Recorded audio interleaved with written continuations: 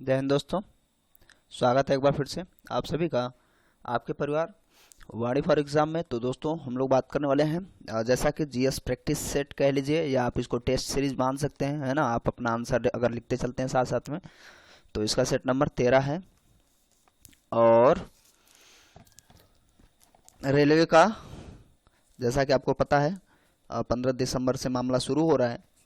तो बस ये समझ लीजिए कि या तो छीन लीजिए या छोड़ दीजिए, जो भी करना है पूरा जोर शोर से करिए, क्योंकि ये मैं कहूँ तो केंद्र सरकार का रेलवे के मामले में तो आखिरी चौंचला है।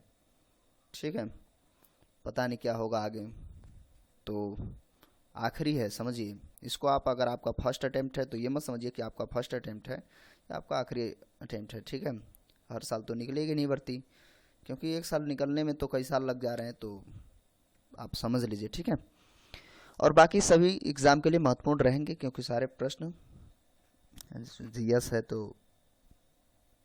लेवल लेखपाल हो पुलिस में भी आ सकता है ना, और एक्चुअल में ये रेलवे का ही है सेट।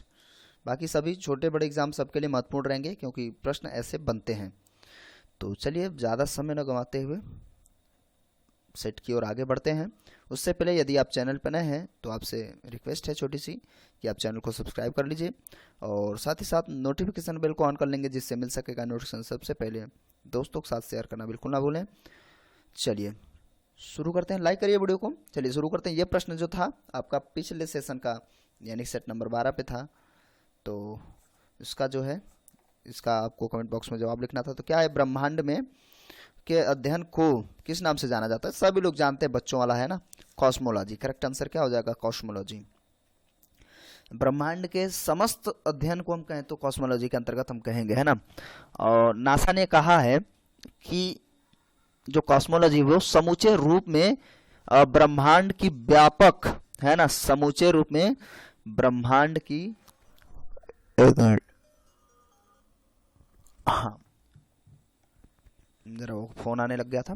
हम लोग कहाँ थे? हाँ, नासा ने कहा था कि जो कॉस्मोलॉजी है पूरा व्यापक बड़ा सा, है ना, ब्रह्मांड का सारी विशेषताएं एक साथ अगर समझें पढ़ें तो उसके अंतर्गत हम यानी हम कॉस्मोलॉजी के अंतर्गत हम उसको कह सकते हैं। ठीक है, तो ये चीज़ याद रखेंगे, बड़ा आसान है, कोई दिक्कत नहीं है। आगे चलते हैं हम लोग। ये है आपका प्रश्न, उत्तरी गोलार्ध में सबसे छोटा दिन कौन सा होता है? तो ये जानते हैं, सबसे छोटा दिन सबसे बड़ा दिन, तो हमको ये इसका देखिए ऑप्शन क्या है, 22 नवंबर, 22 दिसंबर, 22 मार्च, 22 जून। ठीक है, तो देखिए दक्षिण अनांतर ऐसा कुछ होता है, देखिए ध्यान से समझिएगा। मान लीजिए आपका सूरज है, ये आपकी पृथ्वी जो है सर्कल करती है ना, इस टाइप की पृथ्वी है आपकी। तो इसमें दक्षिणी और उत्तर होने में जैसा ना नॉर्थ और साउथ वाला क्षेत्र है, तो इसमें ही दिन छोटे और बड़े होते हैं, है ना। तो जब दक्षिणी गोलार्ध में जो सबसे छोटा दिन होगा, उत्तरी गोलार्ध में वो सबसे बड़ी रातें होंगी, है ना। और ये जो है सबसे, चूंकि यह कह रहा है उत्तरी गोलार्ध में सबसे छोटा दिन, तो उत्तरी गोलार्ध की बात करें तो ये जो 22 कहाँ गया, 22 नवंबर है, 22 जून है, तो हम लोग का जो करेक्ट आंसर होगा 22 दिसंबर होगा। ठीक है, ये ध्यान देंगे, 22 दिसंबर को सबसे छोटा दिन होता है उत्तरी गोलार्ध में, और दक्षिणी गोलार्ध का सबसे लंबी रातें हो जाएंगी। ठीक है, चूंकि इधर कम दिखेगा तो उधर ज़्यादा। तो ये चीज़ें हैं, ये आपका करेक्ट आंसर हो गया। आगे चलते हैं लोग। आगे क्या है, एडोल्फ हिटलर एक राजनेता, लाखों यहूदियों की हत्या के लिए जिम्मेदार था। ऑप्शन है, अच्छा देश कौन सा ये? तो ये सभी लोग जानते हैं, एडोल्फ हिटलर कहाँ का था भाई? जर्मनी का था, सभी जानते हैं ना। तो करेक्ट आंसर इसका जर्मन हो जाएगा। तो जर्मनी का जो है ये एक राजनीतिज्ञ था, है ना। और इसने एक पार्टी बनाई थी जिसका नाम था नाजी पार्टी थी, और उसका मुखिया था बाकी अगर हम बात करें 45 तक, यानी 1933 से 45 तक, तो ये चांसलर के रूप में वहाँ काम करता रहा। और द्वितीय विश्व युद्ध का हम कहें तो बहुत बड़ा जिम्मेदारी थी इसके पास, है ना, हम कहें तो करवाने की। तो और ये तानाशाह तो था ही, सभी जानते हैं। और स्टार्टिंग इसने करी थी 1939 में, पोलैंड पर इसमें आक्रमण कराई थी। तो यहीं से मामला शुरू हो जाता है, हम कहें तो द्वितीय विश्व युद्ध का। ठीक है, तो ये स्टार्ट करता है हिटलर। ठीक है, तानाशाह था जो जर्मनी का था। तो इसका टाइम पीरियड ये याद कर लेंगे, जो ये जो वहाँ का चांसलर के रूप में काम करता रहा, वो 1939 में इसने मामला गड़बड़ कर दिया था। बाकी 45 में तो जाके समाप्त हो जाता है। आगे पृथ्वीराज चौहान ने, ये देखिए आपका जो थंबनेल का भी क्वेश्चन है ये, और ठीक ठाक क्वेश्चन है हिस्ट्री से, मिडियल हिस्ट्री से। तो पृथ्वीराज चौहान ने से विवाह किया, किससे, है ना, वो देखना है। उनके शत्रु जयचंद गढ़वाल की बेटी थी, यानी गढ़वाल की बेटी, जो सॉरी जयचंद की बेटी। चूंकि देखते हैं आप लोग, मैं थोड़ा स्पष्ट कह सकता हूँ कि जो यानी बात से पलट जाए, है ना, कहते ना कि ये तो जयचंद है, तो जयचंद होने का मतलब अपने होने के साथ साथ धोखा दे देना। ठीक है, तो जयचंद ने धोखा दिया था, तभी पृथ्वीराज चौहान, और ये पृथ्वीराज चौहान जो है तृतीय था, ये थर्ड वाला था, इसे राय पिथौरा भी कहा जाता था। तो उसे था कि जयचंद की सेना उसके साथ है, लेकिन बाद में वो धोखा दे देती है और फिर मामला बिगड़ जाता है, और फिर गौरी इनको निपटा भी देता है बाद में। तो 91, फिलहाल मैं बता दूं, जो उसकी पुत्री थी संयुक्ता थी, तो संयुक्ता से विवाह करता है ना, तो विवाह का मतलब तभी से दुश्मनी भी होती है। मामला ये हो जाता है कि संयुक्ता जो है इसके प्रतिलिपि आप कह लीजिए या मूर्ति कह लीजिए, उससे विवाह कर लेती है पृथ्वीराज चौहान तृतीय के।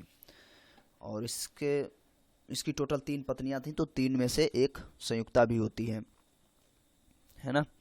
और बहुत ही खतरनाक टाइप का हम कहे तो प्रेम कहानी है ये, जिसमें चंद्र बरदाई ने चांद चाँद लगा दिया लिख करके, है ना, पृथ्वीराज रासो, इसमें बढ़िया सा वर्णन है।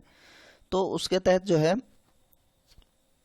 जो संयुक्ता थी उसने, वो पसंद करती थी पृथ्वीराज चौहान तृतीय को, और उसने ऐसा कुछ था कि शायद कहा जाता है कि होता ना, क्या बोलते हैं, स्वयंवर, हाँ। तो उसमें बाकी राजाओं को तो उसने मतलब माला पहना नहीं, पृथ्वीराज चौहान से पहले से पंगा था उसके पिताजी से, उनको बुलाया नहीं गया था, लेकिन कोई मूर्ति उर्ति थी तो उस पे उसने डाल दिया और बोली कि ये यही मेरे पति हैं। तो भाई इनको पता चलता है, और राजपूत आदमी ये पहुंचे जाके घोड़ा वोड़ा लेके अपना भैया, और उठा लाए, और यहीं से मामला बिगड़ गया। जयचंद तभी जयचंद के नाम से जाने जाते हैं। आप जानते हैं गौरी ने 91 ना, 1991, ये क्या यार बोल रहा हूँ, 1991 कहाँ से आ गया, 1191 है ना, 1191 में पानीपत का प्रथम युद्ध होता है, जिसमें गौरी हारता है, और फिर 92 में पृथ्वीराज चौहान तृतीय की मृत्यु हो जाती है, चूँकि इसका पूरा जिम्मेदारी जयचंद को ही जाती है, उसी ने धोखा दिया था। ये कहानी तो सब लोग जानते हैं। और हाँ, फिर 93-94 में उसको भी निपटा देता है वो गौरी, कहता चलो तुम्हारा काम ख़त्म। और वहीं से फिर हम कहें तो 1206 से स्टार्ट हो जाता है। गौरी के बाद मामला शुरू हो जाता है, बहुत कुछ कहानियाँ हैं कुछ अलग अलग किताबों में। तो 1206 से फिर स्टार्ट हो जाता है गुलाम वंश, है ना, ऐबक पहला गुलाम था गौरी का, तो यहाँ से शुरू होता है 1206 से 1210 तक। चलिए इतना हम लोग डिटेल्स में बात नहीं करेंगे, ऐसा करते करते तो मिडल हिस्ट्री पूरा खत्म कर लेंगे क्वेश्चन में। हम लोग आगे चलते हैं। आगे क्या है, यदि एक गेंद ऊपर फेंकी जाती है, देखिए ये तो, अब उसमें तो निम्नलिखित में से क्या परिवर्तन नहीं होता है। ऊपर गेंद फेंकी जाती है तो उसमें क्या सेम रहता है, वो क्या है जिसमें कोई परिवर्तन नहीं होता है, त्वरण, गति, स्थितिज ऊर्जा, दूरी। तो गति, यदि गेंद ऊपर फेंकी जाती है तो समय के साथ गति क्या होगी, कम होती जाएगी, दूरी बढ़ती जाएगी, स्थितिज ऊर्जा भी बढ़ती जाएगी। स्थितिज ऊर्जा मतलब, हाँ स्थितिज ऊर्जा को हम कहें तो घटना या कह सकते हैं अपनी स्थिति में बने रहना, ये वाला मामला है। बाकी त्वरण जो है ये सेम रहेगा, है ना, त्वरण जो है सेम ही रहेगा, ये चीज ध्यान देंगे। होता ना वेग परिवर्तन की दर या ऐसा कुछ, तो त्वरण है, तो त्वरण हमेशा हमेशा सेम ही रहेगा, ठीक है, ये याद रखेंगे। तो ये चीजें याद रखेंगे आप लोग।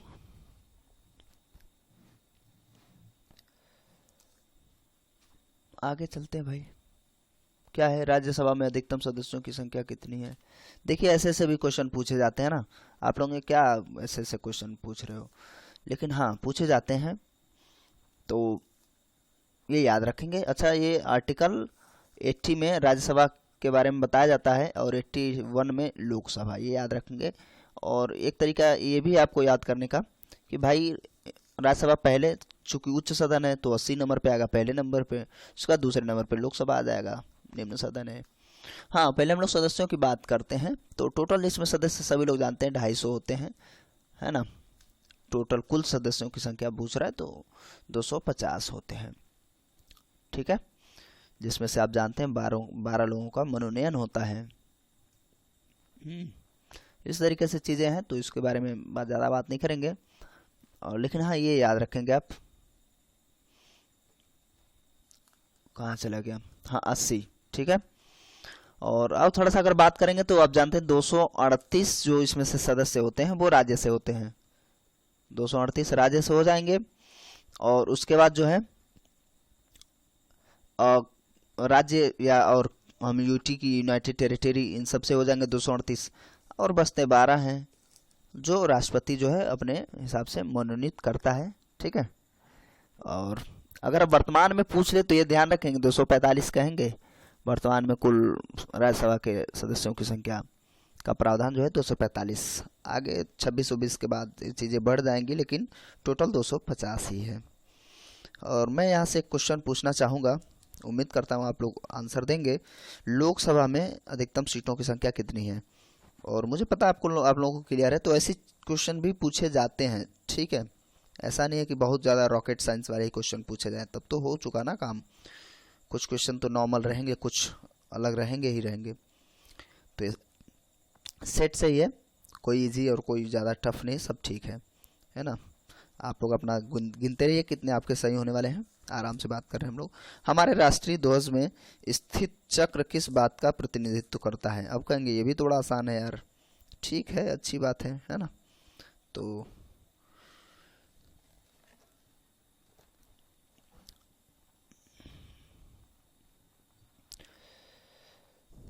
और यहाँ पे चीज़ें गलतियाँ लोग करेंगे, देखिए गति, सत्य, विकास, भविष्य। अब यहाँ पे क्या है, आपका आंसर क्या है?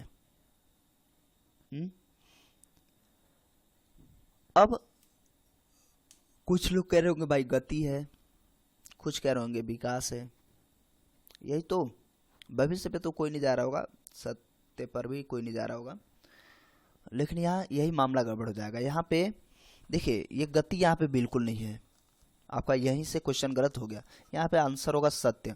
अब सत्य की बात क्या है, जो सफेद पट्टी होती है उसको बीच में नीला नीला रंग का होता है ना, जब ऐसे कहा था तिरंगे में एक्चुअल में 4 रंग होते हैं, एक नीला भी होता है जो चक्र होता है ना, वो अशोक चक्र हुआ करता है ना, सॉरी हुआ करता मतलब होता है, अशोक चक्र है ना, जो धर्म चक्र के बारे में, यानी धर्म चक्र का प्रतिनिधित्व करता है। धर्म चक्र, ध्यान से समझिए, यहाँ धर्म चक्र की बात हो रही है, समय चक्र की बात नहीं हो रही है।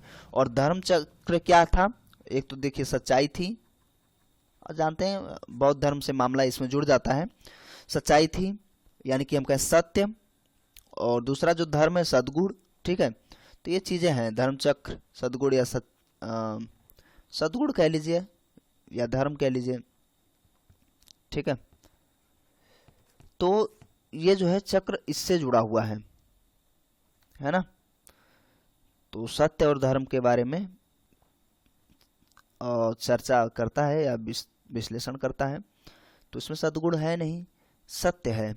तो ये वाला आपका आंसर हो जाएगा। ठीक है, इसमें ये बताता है कि अगर ये चीज़ें ना हो तो इसके बगैर जो मनुष्य है वो निष्क्रिय है। तो ये चीज़ ध्यान देंगे, सत्यता को प्रकट करता है। बाकी आप जानते हैं ऊपर कौन सा हो जाएगा, केसरिया वाला, तो उसमें कहा जाता है कि भाई आप बलिदानों को मत भूलिए, है ना।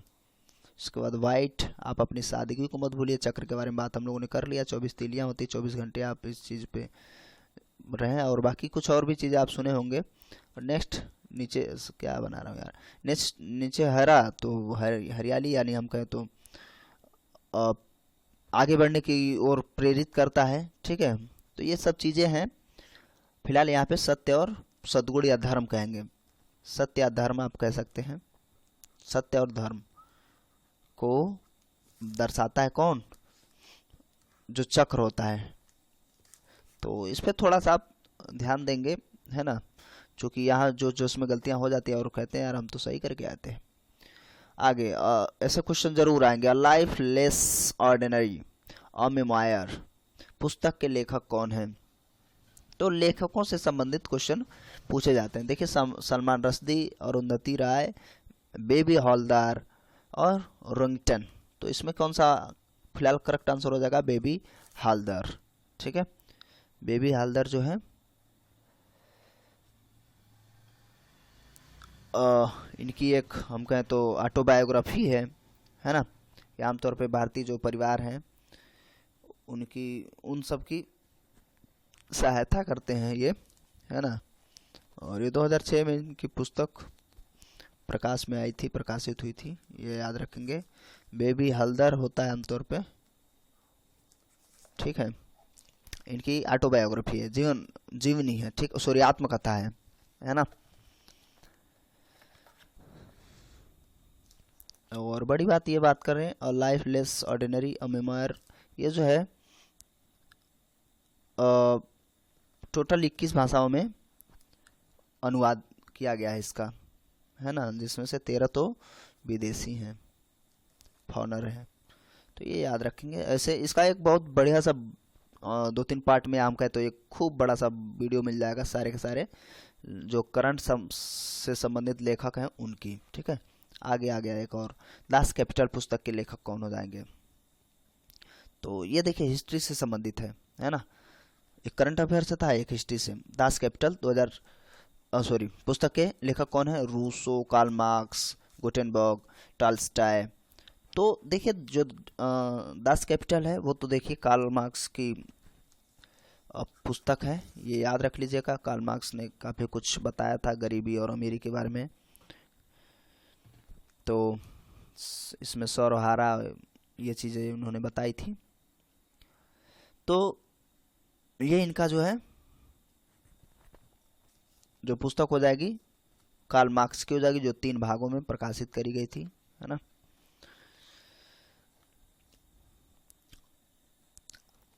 फिलहाल आगे उनके बारे में तो उतना ज़्यादा कुछ है नहीं। फिर एक देख लेते हैं, ये मानव खोपड़ी में कुल कितनी हड्डियां होती हैं। देखिए कितना छोटा सा क्वेश्चन है ना, कितना छोटा सा, लेकिन है। तो कितनी हो जाएंगे तो सभी जानते हैं, 22 हड्डियां, है ना, जिसमें 14 आपकी हो जाएंगे चेहरे की, है ना, 8 खोपड़ी की, हो गई। आगे हम लोग क्या बात, हाँ टोटल तो सभी लोग जानते हैं 206 हड्डियां होती हैं। 206 हड्डियां बचपन में या बच्चों की कहें तो 306, है ना। कहीं कहीं तो 316, 326 ऐसा कुछ होता है। 306 आप ध्यान रखिएगा। 100 आप कहेंगे तो धीरे धीरे इकट्ठी हो जाती हैं। और नाम भी कभी कभार पूछ लेता है ना। तो फिलहाल चलते हैं आगे। निम्न में से कौन सा जो सार्क सदस्य नहीं है सार्क देश का, तो कौन सा ऐसा देश है जो सार्क में शामिल नहीं है ना। तो थाईलैंड, भूटान, अफगानिस्तान, श्रीलंका। जो सार्क में सम्मिलित देश नहीं है वो आपका हो जाएगा थाईलैंड। ठीक है, ये सम्मिलित नहीं है, बाकी भूटान है, अफगानिस्तान है, श्रीलंका है, ये सारे देश हैं। ठीक है, और इसकी जो और भी अगर बात कर लें, जैसे अफगानिस्तान तो है ही है इसमें, बांग्लादेश भी है, बांग्लादेश, भूटान तो है ही है यहाँ पे, और इसमें भारत है, मालदीव है, एशिया से संबंधित देश हैं, नेपाल इसमें नहीं, हाँ इसमें नहीं है, नेपाल, पाकिस्तान भी शामिल है, और आपका श्रीलंका तो हो ही गया। ये सारे देश हैं सम्मिलित। ठीक है, और ये जो है पूछ लेता सार्क की स्थापना कहाँ हुई थी, तो ढाका में हुई थी। बांग्लादेश की राजधानी ढाका में हुई थी। और जो इसका अगर हम डेट की बात कर लें, जो एक्चुअल डेट है तो दिसंबर की बात है, 8 दिसंबर 1985 को, 8 दिसंबर 1985, जिसमें थाईलैंड बाहर है। ठीक है, बांग्लादेश, भूटान, अफगानिस्तान, श्रीलंका, भारत, मालदीव, नेपाल, पाकिस्तान, ये सब देश इसमें सम्मिलित हैं। तो ये आपके 10 क्वेश्चन हो गए, और ये आपके लिए क्वेश्चन है। फिलहाल आपके 10 में से कितने सही हुए वो भी आप कमेंट करके ज़रूर बताएंगे, और बीच बीच में जो क्वेश्चन पूछे गए हैं उनको प्लीज़ आप कमेंट में तुरंत लिखते रहें, और कमेंट बॉक्स आपको ऊपर ही मिल जाएगा, हम नीचे जाने की ज़रूरत नहीं है। और ये क्या है, अरब सागर में स्थित भारत के द्वीप समूह का नाम बताएं। देखिए कितना प्यारा सा क्वेश्चन, अरब सागर में स्थित भारत के द्वीप समूह का नाम बताएं, और मुझे उम्मीद है आप बताएंगे ही, क्योंकि बहुत बच्चों वाला क्वेश्चन है। ऑप्शन क्या है, लक्षद्वीप, श्रीलंका, ग्रीनलैंड, अंडमान निकोबार द्वीप समूह। तो इसमें से कौन सा ऑप्शन है, आप 1 2 3 4 या ABCD करके भी आप लिख सकते हैं, और कमेंट बॉक्स में ज़रूर जवाब दिया करें, इससे थोड़ा सा मोटिवेशन मिलता है मुझे। और लाइक करें ज़्यादा से ज़्यादा, दोस्तों के साथ शेयर करना बिल्कुल ना भूलें। उम्मीद करता हूँ चैनल को आपने सब्सक्राइब कर लिया होगा, नहीं किए तो प्लीज़ कर लीजिए, साथ ही साथ नोटिफिकेशन बेल ऑन कर लीजिए, जिससे मिल सकेगा नोटिफिकेशन सबसे पहले। और ये आपको सेट कैसा लगा आप कमेंट करके ज़रूर बताएंगे, आगे कंटिन्यू रहे ना रहे ये इस पर आप अपना मत दे सकते हैं, अपनी राय दे सकते हैं। ठीक है, तो चलिए फिर से मिलते हैं अगले वीडियो में, तब तक के लिए नमस्कार, जय हिंद, जय भारत।